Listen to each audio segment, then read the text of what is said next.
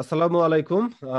আজকে আমি তোমাদেরকে যেটা শেখাবো আর্থিক বিবরণীর এমসিকিউ। এটা মূলত গত পর্বে 165 পর্যন্ত করানো হয়েছিল, আজকে 165 থেকে শুরু করানো হবে, যত দূর পর্যন্ত করানো যায়। তো এই ভিডিওটা হয়তোবা কোনো এক সময় ইউটিউবে ফ্রিতে আপলোড করে দেওয়া হবে। তো তখন যখন ভিডিওটা আপলোড করা হয় তখন তোমরা অনেকেই কমেন্ট করো যে ভাইয়া এভাবে আমিও পড়তে চাই জুমে। তো কিভাবে পড়বো? আচ্ছা, পড়ার সিস্টেমটা হলো সবার প্রথমেই বলে নি, এটা কিন্তু পেইড ব্যাচ। অর্থাৎ এখানে যদি তুমি পড়তে চাও অবশ্যই তোমাকে পে করে দেন পড়তে হবে।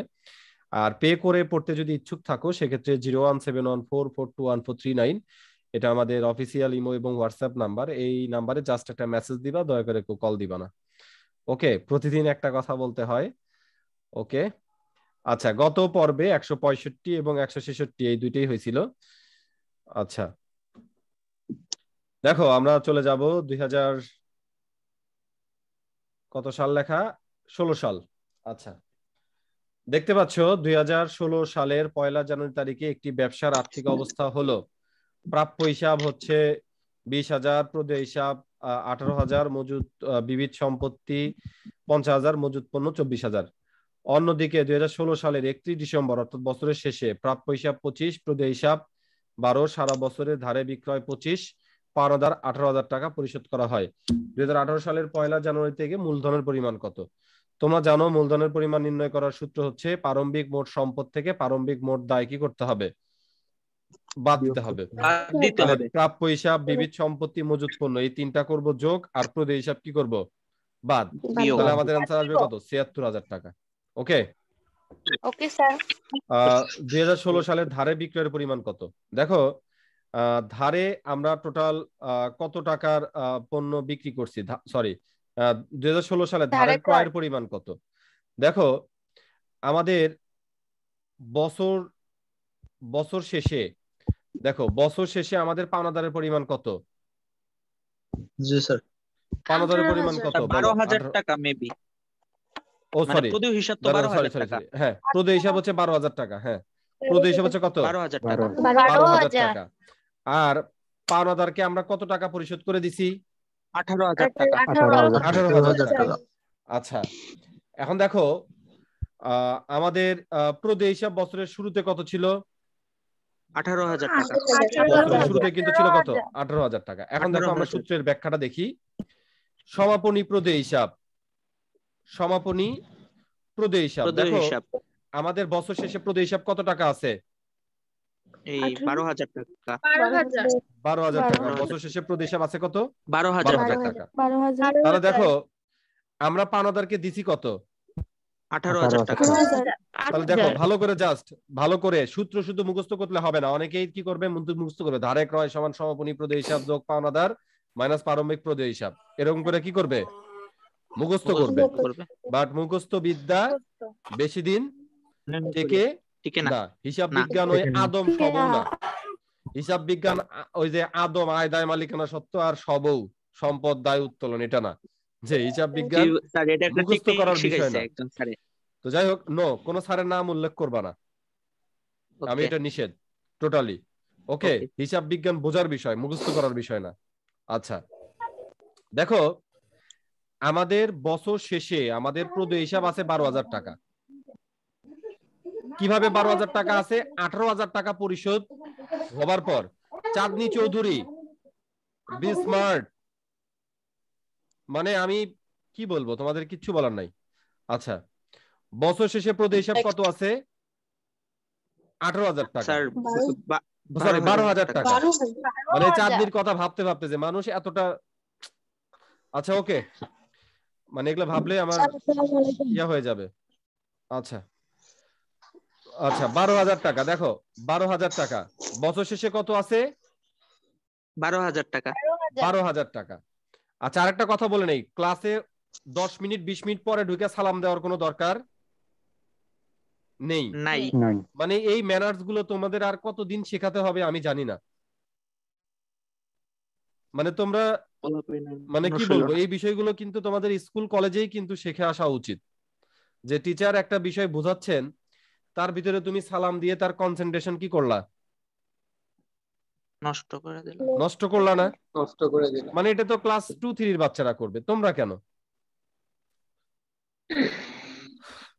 আচ্ছা দেখো, বছর শেষে আমাদের সমাপনী প্রদেয় হিসাব কত আছে? 12,000 টাকা।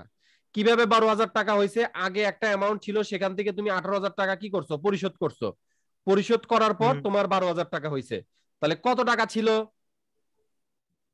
স্যার প্রথমে 18,000 টাকা ছিল। নো, একটা অ্যামাউন্ট ছিল তোমার প্রদেয় হিসেবের পরিমাণ, প্রদেয় হিসেবের পরিমাণ একটা অ্যামাউন্ট ছিল, সেখান থেকে 18,000 টাকা পরিশোধ করার পর 12,000 টাকা আছে। তাহলে সেই অ্যামাউন্টটা কত? 30,000 টাকা। 30,000 টাকা। ব্যাপারটা ঠিক কিনা? ব্যাপারটা ঠিক কিনা বলো? ঠিক ঠিক দেখো, ঠিক। আমাদের প্রদেয় হিসাব ছিল 30,000 টাকা, সেখান থেকে 18,000 টাকা আমরা পরিশোধ করে দেওয়ার পর আমাদের সমাপনী প্রদেয় হিসাব কত? 12,000 টাকা। দেখো, এই যে প্রদেয় হিসাব আমাদের 30,000 টাকা, সারা বছরের প্রদেয় হিসাবের পরিমাণ কত? 30,000 টাকা। এটা কিন্তু দুইটা জিনিসের সমন্বয়। এটা কিসের কিসের সমন্বয়? দেখো, প্রারম্ভিক প্রদেয় হিসাব আর ধারে ক্রয়। ব্যাপারটা বুঝছো কিনা বুঝো নাই, আমি আবার একটু দেখা দিচ্ছি। যে ব্যাপারটা হলো, এই যে 30,000 টাকা, এটা কিসের কিসের সমন্বয়? প্রারম্ভিক প্রদেয় হিসাব এবং ধারে ক্রয়, এই দুইটা জিনিসের সমন্বয়ে 30,000 টাকা না? জি স্যার। আমি আবারও ক্লিয়ার করে বুঝাই দেওয়ার চেষ্টা করতেছি। আমাদের প্রদেয় হিসাব ছিল 30,000 টাকা, সেখান থেকে 18,000 টাকা পরিশোধ করার পর সমাপনী প্রদেয় হিসাব কত আছে? 12,000 টাকা। এই 30,000 টাকা যে আমাদের প্রদেয় হিসাব, এই প্রদেয় হিসাব কিভাবে তৈরি হয়েছে? আমাদের বছরের শুরুতে কিছু প্রদেয় হিসাব ছিল, তারপর আমরা কি করছি? ধারে আরো ক্রয় করছি। ক্রয় করার পর আমাদের প্রদেয় হিসাবের পরিমাণ কত হয়েছে? 30,000 টাকা। এখন এই 30,000 যদি প্রারম্ভিক প্রদেয় হিসাব এবং ধারে ক্রয়ের যোগফল হয়, হ্যাঁ, তাহলে প্রারম্ভিক প্রদেয় হিসাব যদি কত টাকা হয়? আমাদের প্রারম্ভিক প্রদেয় হিসাব যদি কত টাকা হয়? 18,000 টাকা হয়। তাহলে ধারে ক্রয়ের পরিমাণ কত? 12,000 টাকা। 12,000 কত? 12,000 টাকা। বুঝতে পারছো কিনা বলো? জি স্যার, বুঝতে পারছি। ক্লিয়ার হয়েছে, ক্লিয়ার। কারো কোনো কোশ্চেন থাকলে বলো। আমি আবারও আরেকবার বুঝাই দিচ্ছি, যাদের এখনো ক্লিয়ার হয়নি তারা ক্লিয়ার করে নাও। এখানে বছরের শুরুতে আমাদের প্রদেয় হিসাব ছিল 18,000 টাকা, রাইট? এটা আমাদের এখন আপাতত দরকার না, এটা আমরা দূরে রাখলাম, ঠিক আছে? বছরের শেষে আমরা প্রদেয় হিসাব দেখতে পাচ্ছি 12,000 টাকা। এই 12,000 টাকা কিভাবে হয়েছে? আমাদের একটা অ্যামাউন্ট ছিল, প্রদেয় হিসাবের একটা অ্যামাউন্ট ছিল, সেখান থেকে 18,000 টাকা কি করে দেওয়া হয়েছে? মানে 18,000 টাকা পরিশোধ করে দেওয়ার পর 12,000 টাকা হয়েছে। তাহলে 18,000 টাকা পরিশোধের পূর্বে প্রদেয় হিসাব কত ছিল? 30,000 টাকা। ঠিক কিনা? 12 আর 18 যোগ করলে কত? 30,000। এখন এই 30,000 কিন্তু দুইটা জিনিসের যোগফল। একটা হচ্ছে প্রারম্ভিক প্রদেয় হিসাব 18,000, আর এই বছরের ধারে ক্রয়, এই দুইটা জিনিসের যোগফল হচ্ছে কত? 30,000। এখন প্রারম্ভিক প্রদেয় হিসাব যদি 18,000 টাকা হয়, তাহলে ধারে মানে ধারে ক্রয়ের পরিমাণ কত? 12,000। আশা করি সবাইকে উত্তম ভাবে বোঝাতে পারছি। সবাই বলি আলহামদুলিল্লাহ। দেনাদারের নিকট হতে নগদ প্রাপ্তি কত টাকা? মানে তুমি দেনাদারের কাছ থেকে কত টাকা পাইছো। দেখো, প্রথমে আমাদেরকে দেখতে হবে আমাদের প্রারম্ভিক প্রাপ্য হিসাব কত টাকা আছে। দেখো, আমাদের প্রারম্ভিক প্রাপ্য হিসাব 20,000 টাকা।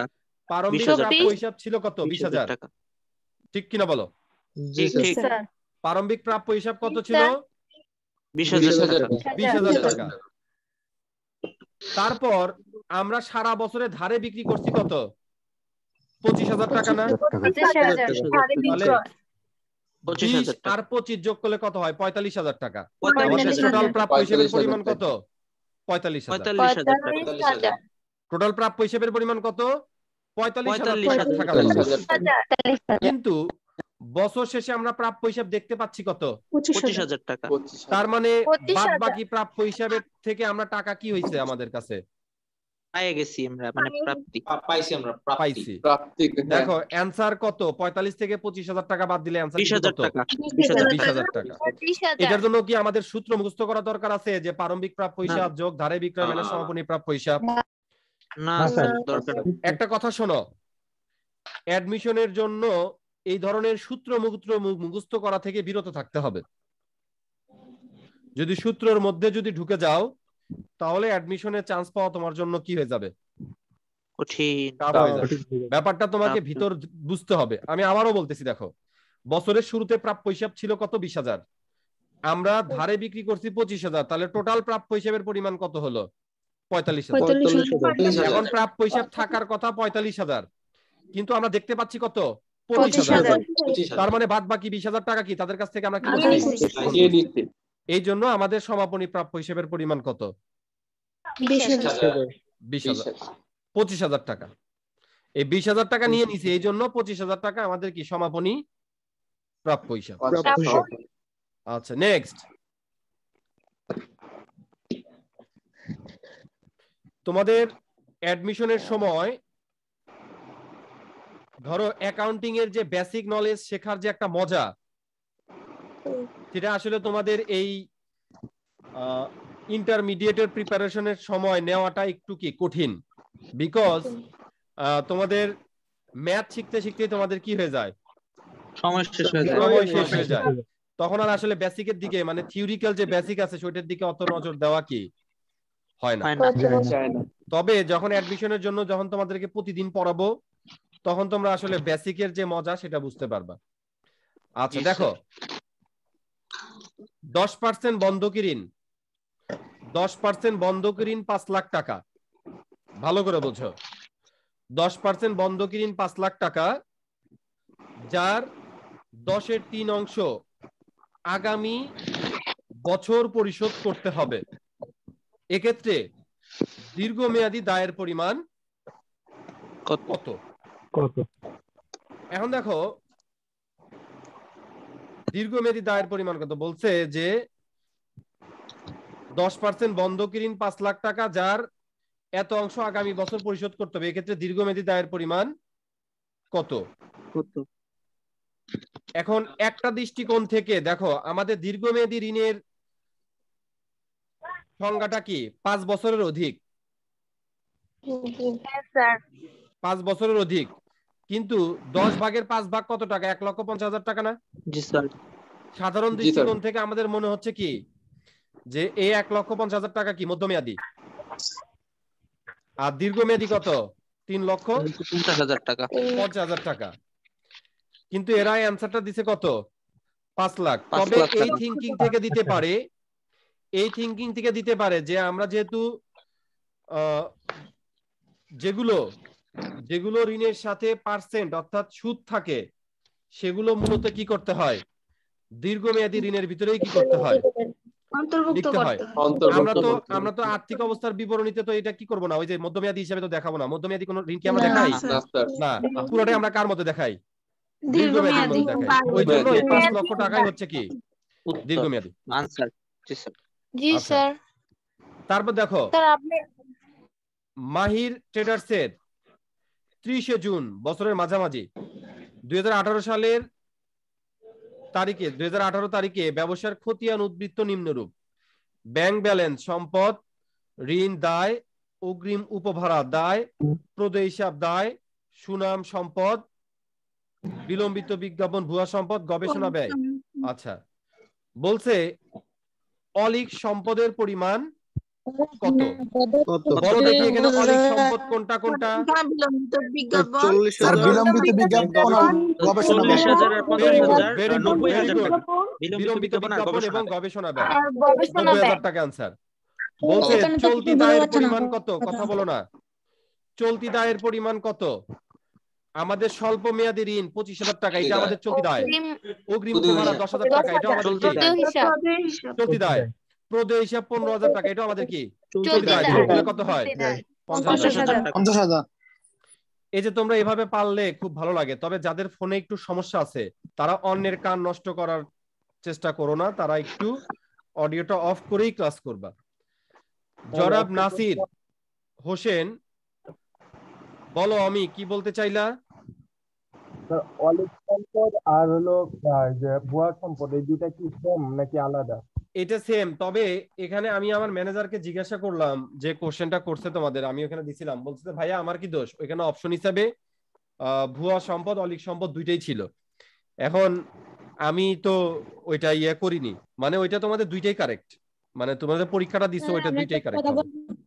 জি স্যার, এটা তো দুইটা অপশনই ছিল। হ্যাঁ, অলিক সম্পদ ভুয়া সম্পদ দুটাই। আচ্ছা স্যার আমি একটা কথা বলবো। হ্যাঁ বলো। স্যার প্রভিডেন্ট ফান্ড এটা কি সম্পদ নাকি প্রভিডেন্ট ফান্ড সম্পদ হবে কেন? এটা দায়। দায় দায় আচ্ছা, জনাব নাসির হোসেন, স্টপ। জনাব নাসির হোসেন, তুরা এন্টারপ্রাইজের লিমা, এই প্রশ্নটা কিন্তু তুমি ফেসবুক পাবলিক গ্রুপেও করতে পারতা। যাই হোক, কথা বলো না, চুপ থাকো। জনাব নাসির হোসেন তুবরা এন্টারপ্রাইজ এর প্রধান হিসাব রক্ষক, তার হিসাব বইতে নিম্নলিখিত তথ্যাবলী প্রকাশ পায়। বলছে ভাড়া 4/3 অংশ, এটা কিন্তু বলো তো কাহিনী কি?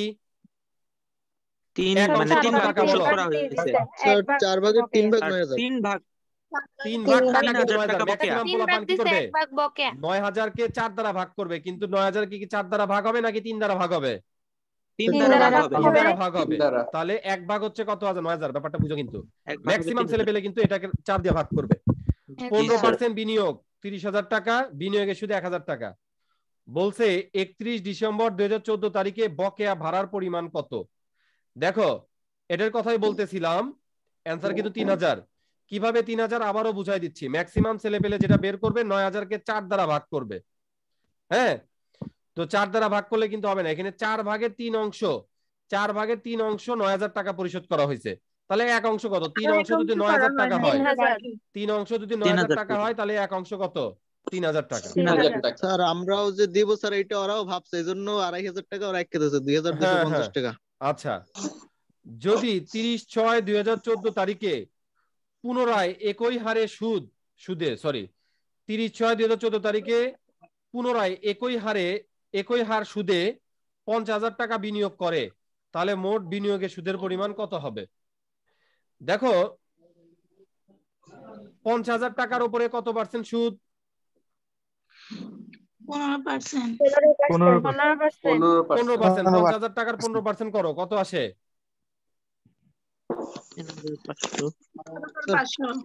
3500 নাকি 7500? কত আসে বলো?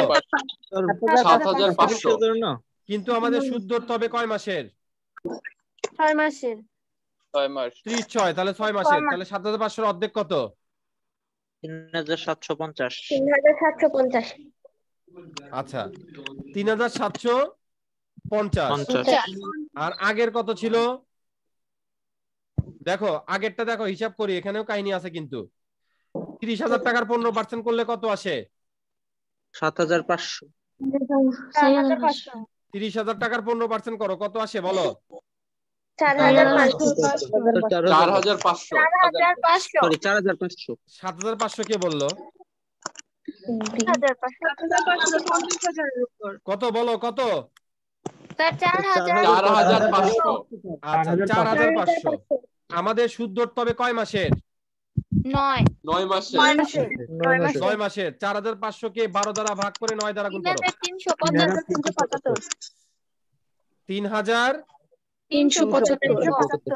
দুইটা যোগ করো। 7125। ব্যাপারটা বুঝতে পারলা কিনা বলো? জি স্যার। বুঝতে পারছি। আমি আবারও বলতেছি, আবার একটু বুঝাই দেন। প্রথমে দেখো, আমরা বছরের মাঝামাঝিতে আরো 50,000 টাকা বিনিয়োগ করলাম। কত পার্সেন্ট সুদে? 15% সুদে। 15,000 টাকা, 50,000 টাকার 15% করলে আসে কত? 7,500। যেটা আমাদের কত মাসের সুদ? 12 মাসের সুদ। 6 মাসের সুদ কত? 3,750। এখানকার সুদ কত? 3,750। এটা নিয়ে কোনো কথা আছে না? আচ্ছা, এরপরে আসি, এই যে বিনিয়োগ করা ছিল 30,000 টাকা, ওকে, এই 30,000 টাকার 15% করলে কত আসে? 4,500, তাই না? কিন্তু আমাদের সুদ ধরতে হবে কত মাসের? 9 মাসের। তাহলে 4,500 কে 12 দ্বারা ভাগ করে 9 দ্বারা কি করবা? গুণ করবা। গুণ করলে আসে কত? 3,750। যোগ করলে 7,125। এটাই হচ্ছে কি আমাদের অ্যান্সার। এখন অনেকের মনেই প্রশ্ন আসতে পারে, 7,125 টাকা। 7,125। এখন অনেকের মনে প্রশ্ন আসছে, এই যে বিনিয়োগের সুদ, এটা কোনটা? তাই না? এই বিনিয়োগের সুদটা হলো এই যে এই 15% বিনিয়োগে যে আমরা 3,375 টাকা পাবার কথা, এখান থেকে আমরা 1,000 টাকা পাইছি, বাদ বাকি 2,375 টাকা এখনো কি পাইনি। কথা কি বুঝতে পারছো? তার মানে কি এই মোট বিনিয়োগের সুদ নির্ণয় করতে এটার কোনো ভূমিকা থাকবে না। আশা করি বলতে পারছি। জনাব পার্থিব এর উদ্বর্ত পত্রের দফাগুলো: সম্পদ দায় পাওয়া যায় দালান কোঠা 50,000, আসবাবপত্র, প্রাপ্য হিসাব, মজুদ পণ্য, হাতে নগদ, প্রদেয় হিসাব। বলছে জনাব পার্থিবের চলতি সম্পদের পরিমাণ কত? চলতি সম্পদ কোনটা কোনটা? প্রাপ্য হিসাব 30,000,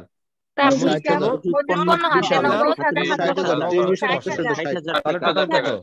60,000 টাকা। বলছে প্রদেয় হিসাবের 5,000 টাকা পরিশোধ করা হলে বছর শেষে মূলধনের উপর কি প্রভাব? কোনো প্রভাব পড়বে না। পড়বে। তোমরা জানো যে মূলধনের উপর তখনই প্রভাব পড়ে যখন আয় হয় বা ব্যয় হয়, অথবা মালিক যদি কোনো কিছু নিয়ে আসে বা মালিক কোনো কিছু উত্তোলন করে। কিন্তু দায় পরিশোধ করলে, সম্পদ হ্রাস বৃদ্ধি ঘটলে আমাদের মূলধনের উপর কোনো প্রভাব পড়ে না।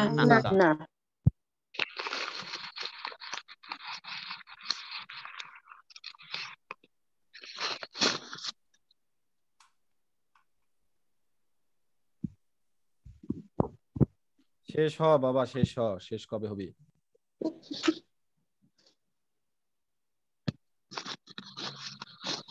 আচ্ছা দেখো 227, এখনো অনেকগুলো আছে। ব্যবহারের জন্য 15% ভ্যাট সহ 69,000 টাকার মেশিন ক্রয় করে এর বহন খরচ প্রদান করা হয় 1,000, কল কবজা হিসেবে কত টাকা লিখতে হবে? দেখো এই 69,000 আর 1,000 টোটাল কত? 70,000। এখানে ভ্যাট সহ বলছে, তার মানে কি আমাদের আর ভ্যাট ধরতে হবে না। মূলধনের পরিমাণ 1,20,000, সাধারণ সঞ্চিতি 30,000, ঋণ 20,000, পাওনাদার 45,000 হলে বহিদায়ের পরিমাণ কত? বহিদায়ের পরিমাণ কত? আচ্ছা নো, দেখো বহিদায় বলতে বোঝায় দীর্ঘমেয়াদী দায় এবং চলতি দায়ের যোগফল। বহিদায় বলতে কি বোঝায়? 65,000 হবে। চলতি দায় এবং দীর্ঘমেয়াদী দায় যোগফল হচ্ছে কি? বহিদায়। তাহলে এই 20,000 দীর্ঘমেয়াদী দায় আর এই পাওনাদার হচ্ছে কি? চলতি দায়। এই টোটাল যোগ করে কত? 65,000 টাকা। রেওয়া মিলে বিমা প্রিমিয়াম দেওয়া আছে 2,400 টাকা এবং সমন্বয়ে ইহা বলা ছিল যে প্রত্যেক বছর 31শে মার্চ তারিখে, অডিওটা অফ করো জিবা প্লিজ, তোমার এখানে প্রবলেম। প্রত্যেক বছর 31শে মার্চ তারিখে ব্যবসায়িক ভিত্তিতে বাৎসরিক ভিত্তিতে প্রদান করা হয়। আয় বিবরণীতে কি পরিমাণ বিমা প্রিমিয়াম দেখাতে হবে? হ্যাঁ দেখাতে হবে। তো প্রত্যেক বছর 31শে মার্চ তারিখে বাৎসরিক ভিত্তিতে বলতে কি বোঝায়? 12 মাস বোঝায় না? জি স্যার। কি বোঝায়? 12 মাস বোঝায়। তাহলে দেখো বলছে যে আয় বিবরণীতে কি পরিমাণ বিমা প্রিমিয়াম দেখাতে হবে। এখন দেখো অনেকেই এই জিনিসটা ভুল করে আছে এবং বাংলাদেশের ম্যাক্সিমাম বইতে এই বিষয়টা ভুল করা আছে। এই সমন্বয়ের ম্যাক্সিমাম বইতে এই অ্যানসারটা কি আছে? ভুল আছে। সেখানে যেটা করা হয়, আমিও ছোটবেলাতে এটা শিখছি এবং বই দেখে দেখে যখন ধরো আমার সিদ্ধান্ত, যখন ধরো আমি অনার্সে পড়তাম, তখন তো ধরো আমি কি আর অ্যাকাউন্টিং তো ধরো নিয়ে তো অত বিচার বিশ্লেষণ করতাম না। বই গাইডের ভিতরে যেভাবে থাকতো ঠিক ওইভাবেই কি করলাম, যে এই যে এইভাবে। বই গাইডের ভিতরে তোমরা দেখছো কিনা জানি না, এটা জাস্ট 3 মাসের অগ্রিম ধরা হয়েছে, জাস্ট 3 মাসের। ম্যাক্সিমাম বইতে, তোমাদের বইতে কি আছে জানি না, তবে আমার কাছে এরকম ভাবে সলভ করছে 3 মাসের অগ্রিম ধরে। জাস্ট 3 মাসের অগ্রিমের কথা বলা আছে না? জি স্যার। আচ্ছা দেখো আমার কাছে যে কয়টা বই আছে সেখানেও, তখন আমি যখন একটু সিনিয়র হইলাম পড়াশোনা, অ্যাকাউন্টিং নিয়ে যখন চিন্তা ভাবনা শুরু করলাম, তখন একটা জিনিস আমার মাথাতে আসলো। দেখো প্রত্যেক বছর 31শে মার্চ, তার মানে কি যে গত বছর তুমি এই বছরের 31শে মার্চ পর্যন্ত দিছো, জি স্যার আবার এই বছর আগে পরে এই বছর তুমি কি করছো, আগামী বছরে 31 মার্চ দিছো। জি স্যার ম্যাক্সিমাম বইতে স্যার। যেটা করা হয় দেওয়া আছে যে এই বছর লেখা আছে কত 1800 1800 1800। কারণ কি বীমা প্রিমিয়াম 2400 বা চলতি বছরের অগ্রিম। চলতি বছরে তুমি অগ্রিম কি দিছো, ধরো এই যে এই সালে তুমি আগামী বছরের জন্য 600 টাকা অগ্রিম দিছো না, সেটা বাদ দিয়ে জি 1800 স্যার টাকা তারা কি দেখায়, ব্যয় হিসেবে দেখায়। এই কিন্তু হিসেবে দেখেন। বিগত বছর যে তুমি এই বছরের মার্চ পর্যন্ত টাকা তুমি কবে দিছো, মানে এটা তো গত বছরের গত 31 মাস বছরে তুমি 600 টাকা দিয়ে দিছো না, কিন্তু এই 600 টাকা তো জি আমাদের স্যার এই বছরই ব্যয়। তাহলে টোটাল জি ব্যয়ের স্যার পরিমাণ কত 2400। 2400 টাকা। 2400 ব্যাপারটা বুঝতে পারলা কিনা বলো। জি স্যার স্যার আরেকবার বুঝিয়ে দেন। স্যার আরেকবার একটু আচ্ছা বলেন। আচ্ছা ওকে ওকে। স্যার আরেকবার বুঝেন গত বছর যখন আমরা 31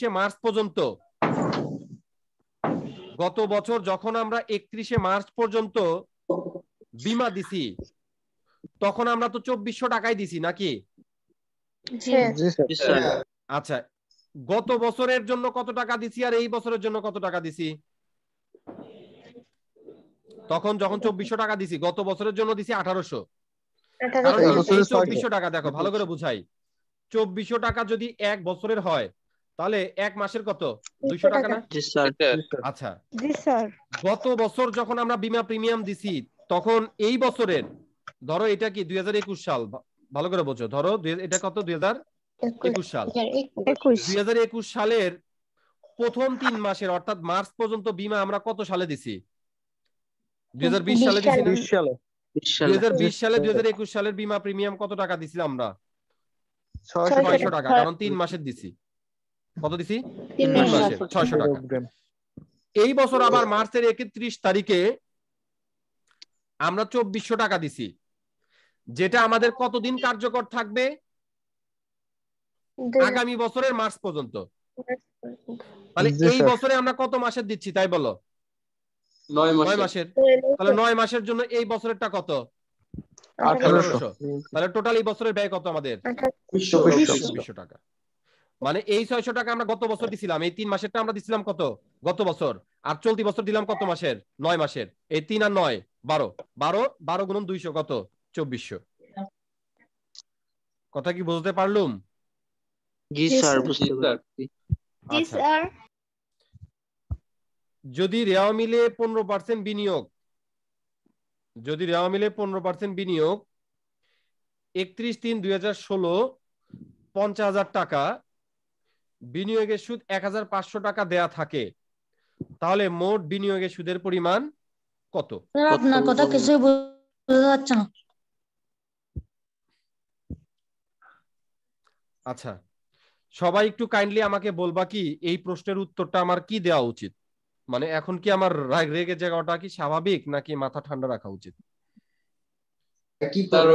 লেগে যাওয়া ঠান্ডা স্বাভাবিক, রাখা উচিত। মাথা ঠান্ডা রাখেন স্যার। স্যার মাথা এখন ঠান্ডা কারো রাখেন। ওইখানে যদি শোনা নেটওয়ার্ক যাচ্ছে, আপনাকে প্রবলেম শোনা হয়, যাচ্ছে। সেই নেটওয়ার্কটা কি আমি ঠিক করে দিতে পারবো। না স্যার মানে আর কত ইনম্যাচুরিটি তোমরা দেখাবা প্লিজ, মানে আমি মানে কি বলবো। আচ্ছা আচ্ছা, ইউটিউবে ভিডিওটা আপলোড হবে তো পোলাপান আবার আমাকে তখন আবার ইয়া করে, ভাইয়া আপনি এত রিয়াক্ট করেন কেন। এটা যদি আমি ক্লাস 3 কোনো ক্লাস নিতাম আমি অবশ্যই রিয়াক্ট করতাম না, করতাম, কারণ আমি ভাবতাম যে এরা আসলে বাচ্চা মানুষ, এরা এই ধরনের ভুল করতেই পারে। বাট তোমরা বিবাহ উপযুক্ত, তোমাদের আজকে বিয়ে দিলে শুভ সংবাদ আসতে 1 মাস ওয়েট করতে হবে। সবাই ইয়াং আছো, 1 মাসের বেশি কি লাগবে না। স্যার আমাদের মন এখনো বাচ্চার মতোই, বুঝতে পারছো। আচ্ছা দেখো, যদি রেওয়া মিলে 15% বিনিয়োগ 31/3/2016 50,000 টাকা, বিনিয়োগের সুদ 1500 টাকা দেওয়া থাকে, তাহলে মোট বিনিয়োগের সুদের পরিমাণ কত। এবং লিমা মেয়েটা মানে আসলে ও অনেক মানে ইনম্যাচিউর মনে হয় আমার কাছে, কারণ ওই এই ধরনের ভুল সেই একদম শুরু থেকেই করে আসতেছে এবং প্রতিদিন 2-4টা করে করবেই, মানে এটা এক্সপেক্টেড। আচ্ছা, যদি রেওয়া মিলে 15% বিনিয়োগ 31/3/2016। দেখো আমি একটা পড়ার মধ্যে যখন ঢুকি, যখন অন্য একটা চিন্তা মাথার মধ্যে চলে আসে, মানে পড়ার ভিতরে ঢুকতে কিন্তু আমার কি লাগে, একটু টাইম লাগে। মানে পড়ানোটা কিন্তু একটা ধ্যানের মতন। মানে ধরো জি ধ্যানটা স্যার। যখন কি হয়ে যায়, মানে মিস কেটে হয়ে যায়। যায়, তখন কিন্তু আবার আমরা কি করতে পারি না, ওটার ভিতরে ঢুকতে আবার কিন্তু কি লাগে, ধরো তোমরা পড়তেছো হঠাৎ মেসেঞ্জারে একটা কিছু আসলো, এই যে পড়ার যে একটা কনসেন্ট্রেশন সেটা কি হয়ে যায়, বন্ধ হয়ে নষ্ট যায়। হয়ে যায়। তো আমার ক্ষেত্রেও কিন্তু এরকম, যে আমি পড়াতে পড়াতে যখন ধরো হুদায় একজন একটা কথা বলে, তখন তো, আর আমি তো অনেক রাগী মানুষ, মানে এটা আসলে আমার রাগ আসলে অনেক, এখন তো আমি অনেক কম রাগী, মানে এখন তো ধরো বয়স বৃদ্ধির সাথে সাথে মানুষের রাগের পরিমাণ হ্রাস পায়, তো এখন তো অনেক কম রেগে যাই। বাট আগে তো ধরো আমি আমার হাতে মায়ের খাইনি, আমার বন্ধু বান্ধব এরকম খুব কম আছে, মানে কথা বলার আগে একটু হুঙ্কার করবে, সমস্যা নাই। কি বললা বুঝি নাই। স্যার বাঘ তো একটু হুঙ্কার করবে, এতে কি সমস্যা? না, ওই যে ভিডিও আপলোড দেওয়ার পর ওরা আসলে অনেক কমেন্ট করে, যেটা দেখে আমার খুব খারাপ লাগে, কান্না পায় তখন, যে আসলে না, আসলে আমার মনে হয় বেশি রাগা হয়ে গেছে, এটা আসলে রাগা ঠিক হয়নি। ওই যে জুয়েল নামে একটা ছেলে ওই যে ইয়ার কথা বলছিল না, ওই যে কি ওই যে খুচরা নগদানের ভিতরে কি যেন বলছিল না, অগ্রদত্ত স্যার, অগ্রদত্ত। মানে ওই ভিডিওটা একটা ছেলে দেখে কমেন্ট করছে, কি স্যার অগ্রদত্ত শুনে এত খেপে গেলেন কেন। তখন আমি ভাবলাম ভিডিওটা, তখন আমি আবার প্লে করলাম, প্লে করে দেখলাম যে না, আসলে একটু বেশি রিঅ্যাক্ট করা হয়ে গেছে, বুঝতে পারছো? আচ্ছা স্যার দেখো, যদি রেওয়া মিলে 15% বিনিয়োগ 31/3/2016, তাহলে আমরা কতদিন পর করছি বলো তো? 3 মাস পর, তার মানে সুদ পাবো কয় মাসের? 9 মাসের। 9 মাসের। 50,000 টাকা, 50,000 টাকার 15% করলে কত আসে? 5,625। 9 গুণন 12। 50,000 টাকার 15% কত বলো? 7,500। 7,500। এটা আমাদের 12 মাসের সুদ। আমাদের বের করতে হবে কয় মাসের? 9 মাসের। তাহলে 7,500 কে 12 দ্বারা ভাগ করে 9 দ্বারা গুণ করো, কত টাকা? 5,625 টাকা। 5,625। আচ্ছা, রেওয়া মিলে বিনিয়োগের সুদ কত আছে? 1500 টাকা বলছে, তাহলে মোট বিনিয়োগের সুদ পরিমাণ কত? তাহলে মোট বিনিয়োগের সুদের পরিমাণ কত? 5,625। তবে এখানে কিন্তু আরেকটা টেকনিক্যাল প্রশ্ন করা যেত, সেটা হলো কি, যে বকেয়া বা অনাদায়ী বিনিয়োগের সুদের পরিমাণ কত? তাহলে আমরা কি করতাম, এই যে দেখো 5,625 টাকা সুদ আমাদের পাবার কথা, কিন্তু আমরা পেয়ে গেছি কত? 1500 টাকা। তাহলে এখনো পাইনি কত? 4,125। 4,125 টাকা কি আমরা এখনো পাইনি। হ্যাঁ, তাহলে কিন্তু এটাও কিন্তু আমরা কিন্তু আরেকটা অবজেক্টিভ কি করে ফেললাম, শিখে ফেললাম। ওকে, আচ্ছা, 1/1/2017 তারিখে 10% ঋণ 50,000 টাকা। 31/3/2017 তারিখে উক্ত ঋণের 10,000 টাকা সুদ ব্যতীত পরিশোধ করা হয়েছে, মানে সুদ পরিশোধ করা হয়নি। বছর শেষে ঋণের বকেয়া সুদের পরিমাণ কত? আচ্ছা দেখো, আমরা আমাদের ঋণের পরিমাণ কত ছিল? 50,000 টাকা। আমরা 10,000 টাকার ঋণ ইউজ করছি কতদিন? 3 মাস। 3 মাস। হ্যাঁ 3 মাস। আর 40,000 টাকার ঋণ ইউজ করছি কতদিন? 1 বছর। আর 1 বছর। তাহলে 40,000 টাকা 10% করলে কত আসে? 4,000 টাকা। 40,000 টাকার উপরে তো আমাদের 12 মাসেরই সুদ দিতে হবে, কথা বলো ঠিক কিনা? ঠিক ঠিক। আর 10,000 এর উপর সুদ দিতে হবে কত মাসের? 3 মাসের। 3 মাসের। 10,000 টাকা 10% করলে কত আসে? 1,000 টাকা। 1,000 টাকা যদি আমাদের 12 মাসের সুদ হয়, তাহলে 3 মাসের সুদ কত? 3,000। 250। তাহলে আমাদের টোটাল সুদের পরিমাণ কত? 4,250 টাকা। অ্যানসার হচ্ছে বলো স্যার। চ্যাটে তো স্প্যাম করে আপনারা স্যার বিয়ে করাই ফেলেছে 3টা। স্যার আপনার বিয়ে নিয়ে কাহিনী চলছে। আচ্ছা, আমার বিয়ে নিয়ে কাহিনী করো না ভাই।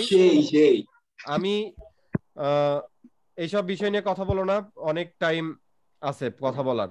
যখন তোমরা অ্যাডমিশনের জন্য পড়াবো, আমার কথা শোনো, অ্যাডমিশনে যখন তোমরা তোমাদেরকে পড়াবো, আচ্ছা কে এগুলা এগুলা নিয়ে কি বলতেছে বলো তো? C C C C Sajib very bad. Nafiul sorry sir.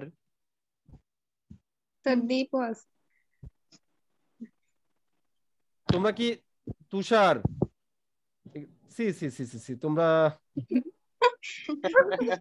মানে তোমরা কি পড়াশোনা করতেছো নাকি কি করতেছো বলো তো, নাকি এই চ্যাটে মজা করতেছো?